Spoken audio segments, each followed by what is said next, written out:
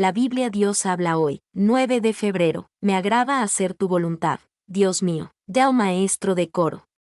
Salmo de David, Salmo 40. Puse mi esperanza en el Señor, y Él se inclinó para escuchar mis gritos. Me salvó de la fosa mortal, me libró de hundirme en el pantano, afirmó mis pies sobre una roca, dio firmeza a mis pisadas, hizo brotar de mis labios un nuevo canto, un canto de alabanza a nuestro Dios. Muchos, al ver esto, se sintieron conmovidos, y pusieron su confianza en el Señor. Feliz el hombre que confía en el Señor, y no busca a los insolentes, ni a los que adoran a dioses falsos. Señor y Dios mío, muchas son las maravillas que tú has hecho, y las consideraciones que nos tienes. Nada es comparable a ti, quisiera anunciarlas, hablar de ellas, pero son más de las que puedo contar. Tú no te complaces en los sacrificios, ni en las ofrendas de cereales. Tampoco has pedido holocaustos, ni ofrendas para quitar el pecado. En cambio, me has abierto los oídos. Por eso he dicho, aquí estoy, tal como el libro dice de mí. A mí me agrada hacer tu voluntad, Dios mío. Llevo tu enseñanza en el corazón, en presencia de tu pueblo numeroso. He dado a conocer lo que es justo. Tú bien sabes, Señor,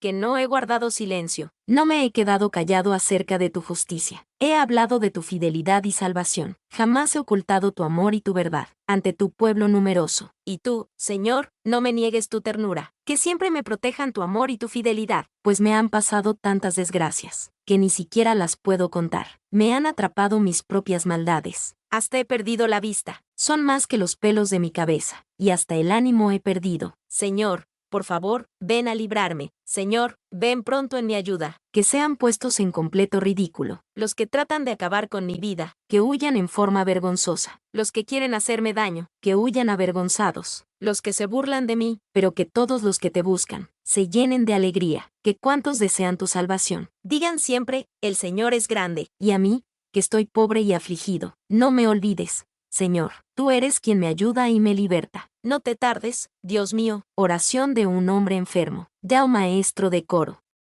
Salmo de David, Salmo 41. Dichoso el que piensa en el débil y pobre. El Señor lo librará en tiempos malos. El Señor lo protegerá, le dará vida y felicidad en la tierra, y no lo abandonará al capricho de sus enemigos. El Señor le dará fuerzas en el lecho del dolor. Convertirá su enfermedad en salud. Yo he dicho, Señor, tenme compasión. Cúrame, aunque he pecado contra ti. Mis enemigos me desean lo peor. ¿Cuándo morirá y se perderá su recuerdo? Vienen a verme, y no son sinceros. Guardan en su memoria todo lo malo, y al salir a la calle lo dan a saber. Los que me odian se juntan y hablan de mí. Piensan que estoy sufriendo por mi culpa, y dicen, su enfermedad es cosa del demonio. Ha caído en cama y no volverá a levantarse. Aún mi mejor amigo, en quien yo confiaba, el que comía conmigo, se ha vuelto contra mí. Pero tú, Señor, tenme compasión. Haz que me levante y les dé su merecido. En esto conoceré que te he agradado, en que mi enemigo no cante victoria sobre mí. En cuanto a mí,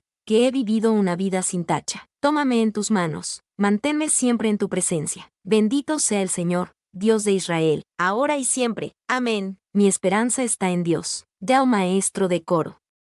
Poemas de los hijos de Coré, Salmo 42. Como siervo sediento en busca de un río, así, Dios mío, te busco a ti. Tengo sed de Dios, del Dios de la vida. ¿Cuándo volveré a presentarme ante Dios? Día y noche. Mis lágrimas son mi alimento, mientras a todas horas me preguntan, ¿dónde está tu Dios? Cuando pienso en estas cosas, doy rienda suelta a mi dolor. Recuerdo cuando yo iba con la gente, conduciéndola al templo de Dios, entre gritos de alegría y gratitud. ¡Qué gran fiesta entonces! ¿Por qué voy a desanimarme? ¿Por qué voy a estar preocupado? Mi esperanza he puesto en Dios, a quien todavía seguiré alabando. Él es mi Dios y Salvador. Me siento muy desanimado, por eso pienso tanto en ti. Desde la región del río Jordán, desde los montes Hermón y Mizar, se escucha en los precipicios el eco atronador de tus cascadas. Los torrentes de agua que tú mandas han pasado sobre mí. De día el Señor me envía su amor, y de noche no cesa mi canto, ni mi oración al Dios de mi vida. Le digo a Dios, mi defensor, ¿por qué me has olvidado? ¿Por qué tengo que andar triste y oprimido por mis enemigos? Hasta los huesos me duelen, por las ofensas de mis enemigos, que a todas horas me preguntan, ¿dónde está tu Dios? ¿Por qué voy a desanimarme? ¿Por qué voy a estar preocupado? Mi esperanza he puesto en Dios, a quien todavía seguiré alabando. Él es mi Dios y Salvador. Salmo 43. Oh Dios, hazme justicia. Ponte de mi parte contra esta gente pagana. Ponme a salvo del mentiroso y del malvado, porque tú eres mi Dios y protector. ¿Por qué me has alejado de ti? ¿Por qué tengo que andar triste y oprimido por mis enemigos? Envía tu luz y tu verdad, para que ellas me enseñen el camino, que lleva a tu santo monte, al lugar donde tú vives. Llegaré entonces a tu altar, oh Dios, y allí te alabaré al son del arpa, pues tú, mi Dios, llenas mi vida de alegría. ¿Por qué voy a desanimarme? ¿Por qué voy a estar preocupado? Mi esperanza he puesto en Dios, a quien todavía seguiré alabando. Él es mi Dios y Salvador. Oración pidiendo la ayuda de Dios. Deo maestro de coro. Poema de los hijos de Coré. Salmo 44. Oh Dios, hemos oído con nuestros oídos, y nuestros padres nos han contado, lo que tú hiciste en sus días, en aquellos tiempos pasados. Con tu propia mano, echaste fuera a los paganos, castigaste a las naciones, y estableciste allí a nuestros padres, pues no fue su brazo ni su espada, lo que les dio la victoria. Ellos no conquistaron la tierra. Fue tu poder y tu fuerza, fue el resplandor de tu presencia, porque tú los amabas, mi Rey. Mi Dios, tú diste las victorias a tu pueblo. Por ti vencimos a nuestros enemigos. En tu nombre aplastamos a los que nos atacaban, porque no confiaría yo en mi arco, ni mi espada podría darme la victoria. Fuiste tú quien nos hizo vencer a nuestros enemigos, quien puso en ridículo a los que nos odiaban. Siempre estaremos orgullosos de ti, oh Dios, y siempre alabaremos tu nombre, pero nos has rechazado, nos has cubierto de vergüenza. Ya no sales con nuestros ejércitos, nos has hecho dar la espalda a nuestros enemigos. Los que nos odian nos roban, y se llevan lo que quieren. Nos has entregado, cual si fuéramos ovejas para el matadero. Nos has dispersado entre los paganos. Has vendido a tu pueblo muy barato, y nada has ganado con venderlo. Nos has convertido en objeto de insultos. Nuestros vecinos nos ofenden y ridiculizan. Has hecho que los paganos se burlen de nosotros. Al vernos, mueven burlones la cabeza. No hay momento en que no me vea humillado. Se me cae la cara de vergüenza, por culpa del enemigo, que trata de vengarse, y que me ofende y ultraja. Esto que nos ha pasado, no fue por haberte olvidado. No hemos faltado a tu alianza, no hemos pensado abandonarte, ni hemos dejado tus caminos. Sin embargo, tú nos has aplastado, en lugares de miseria. Nos has cubierto de terrible oscuridad. Si te hubiéramos olvidado, oh Dios, y adorado en tu lugar a un Dios extraño, tú te habrías dado cuenta, pues conoces los más íntimos secretos. Pero por causa tuya estamos siempre, expuestos a la muerte. Nos tratan como a ovejas para el matadero. ¿Por qué duermes, Señor? Despierta, despierta. No nos rechaces para siempre. ¿Por qué te escondes? ¿Por qué te olvidas de nosotros? ¿Qué sufrimos tanto? ¿Tanto? Estamos rendidos y humillados, arrastrando nuestros cuerpos por el suelo. Levántate, ven a ayudarnos, y sálvanos por tu gran amor. Contraste entre la sabiduría y la necedad. Proverbios 9. La sabiduría construyó su casa, la adornó con 7 columnas, mató animales para el banquete, preparó un vino especial, puso la mesa, y envió a sus criadas a gritar, desde lo alto de la ciudad: vengan acá, jóvenes inexpertos. Mandó a decir a los imprudentes: vengan a comer de mi pan, y a beber del vino que he preparado. Dejen de ser imprudentes, y vivirán. Condúzcanse como gente inteligente. Corrige al insolente y malvado, y solo lograrás que te insulte y ofenda. Reprende al insolente y te ganarás su odio. Corrige al sabio y te ganarás su aprecio. Dale al sabio y se hará más sabio. Enseña al hombre bueno y aumentará su saber. La sabiduría comienza por honrar al Señor.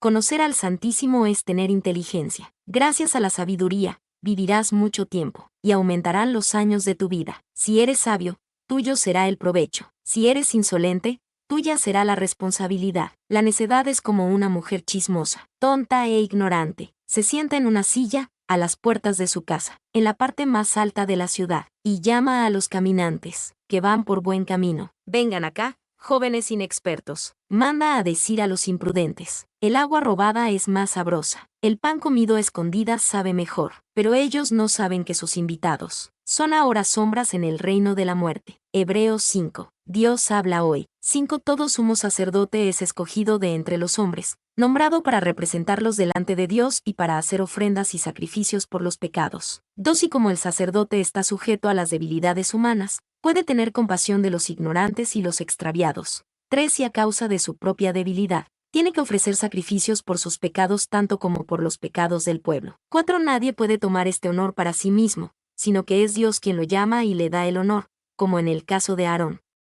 5. De la misma manera, Cristo no se nombró sumo sacerdote a sí mismo, sino que Dios le dio ese honor, pues él fue quien le dijo, tú eres mi hijo, yo te he engendrado hoy. 6 Y también le dijo en otra parte de las Escrituras, tú eres sacerdote para siempre, de la misma clase que Melquisedec. 7 Mientras Cristo estuvo viviendo aquí en el mundo, con voz fuerte y muchas lágrimas oró y suplicó a Dios, que tenía poder para librarlo de la muerte, y por su obediencia, Dios lo escuchó. 8 Así que Cristo, a pesar de ser hijo, sufriendo aprendió lo que es la obediencia. 9 Y al perfeccionarse de esa manera, llegó a ser fuente de salvación eterna para todos los que lo obedecen. 10 Y Dios lo nombró sumo sacerdote de la misma clase que Melquisedec. Exhortación a progresar en la fe. 11 Tenemos mucho que decir sobre este asunto, pero es difícil explicarlo, porque ustedes son lentos para entender.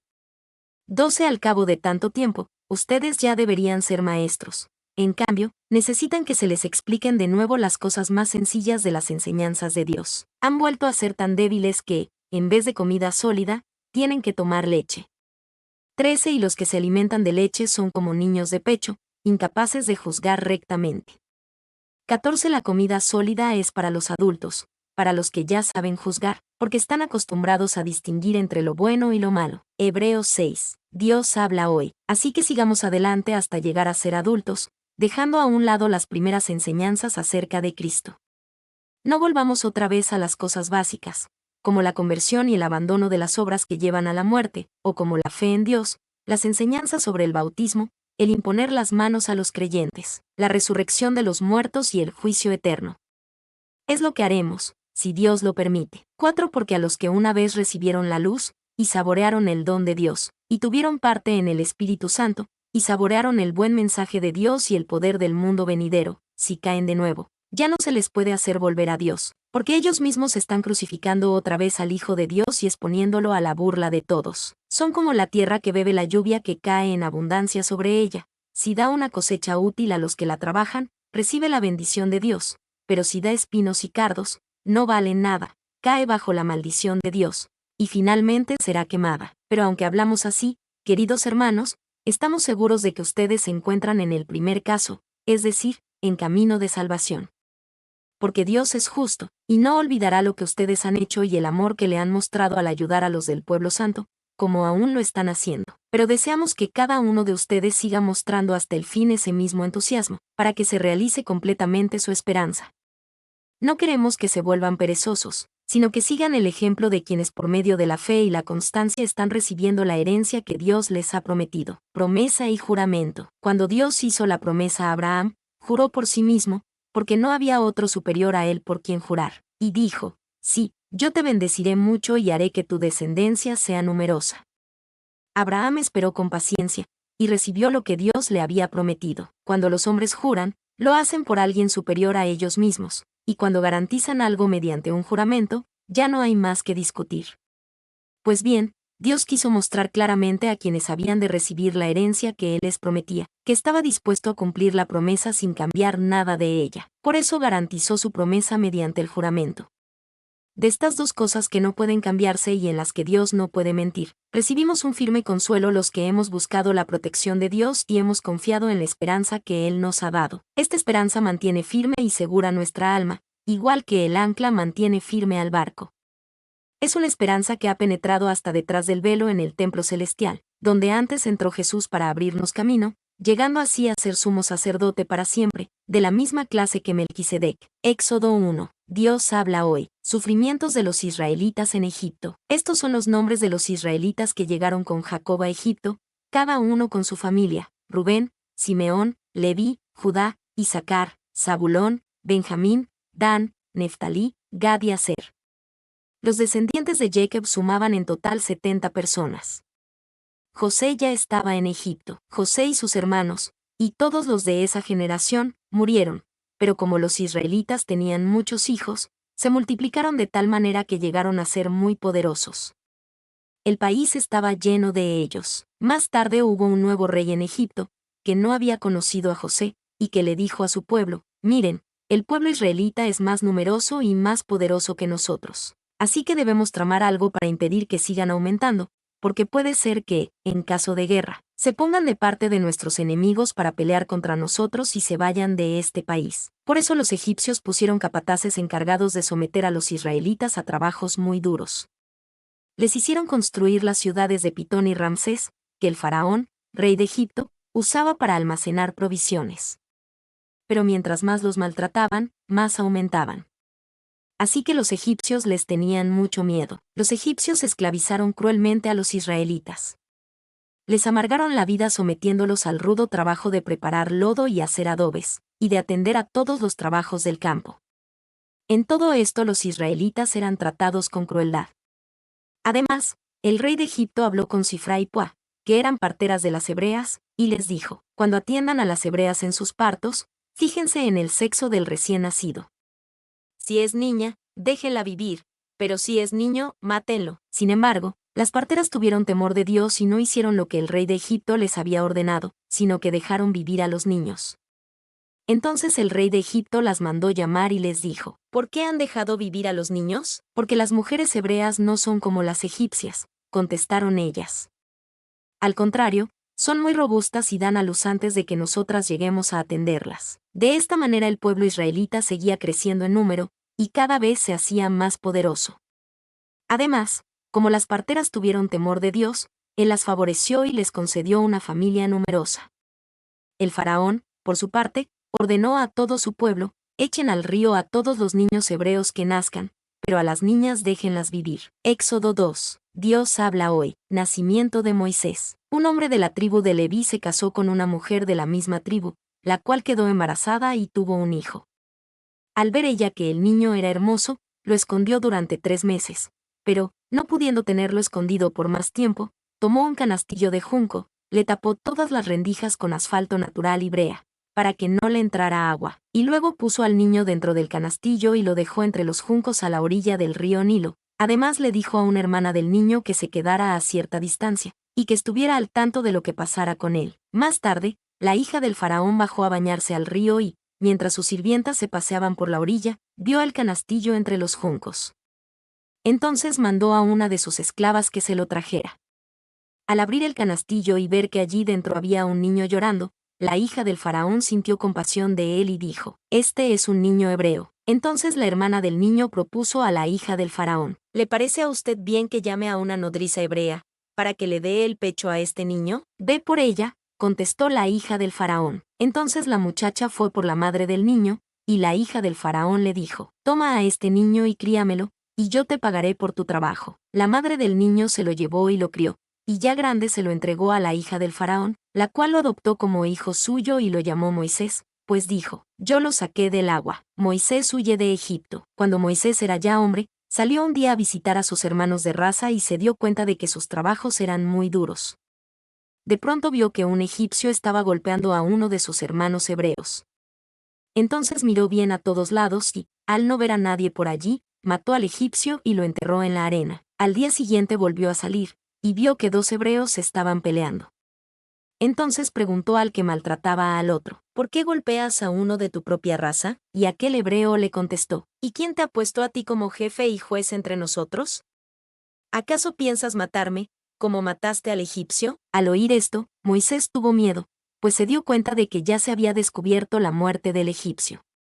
En efecto, en cuanto el faraón supo que Moisés había dado muerte a un egipcio, lo mandó buscar para matarlo, pero Moisés huyó y se fue a vivir a la región de Madián. Allí se sentó cerca de un pozo. Reuel, sacerdote de Madián, tenía 7 hijas. Aquel día, ellas habían ido al pozo a sacar agua para llenar los bebederos y dar de beber a las ovejas de su padre, pero unos pastores vinieron y las echaron de allí. Entonces Moisés se levantó a defenderlas, y dio de beber a las ovejas. Cuando ellas volvieron a donde estaba su padre, él les preguntó: ¿cómo es que hoy regresaron tan pronto? Y ellas contestaron: un egipcio nos defendió de los pastores, luego sacó el agua por nosotras, y les dio de beber a las ovejas. Entonces Reuel les dijo: ¿y dónde está ese hombre? ¿Por qué lo dejaron solo?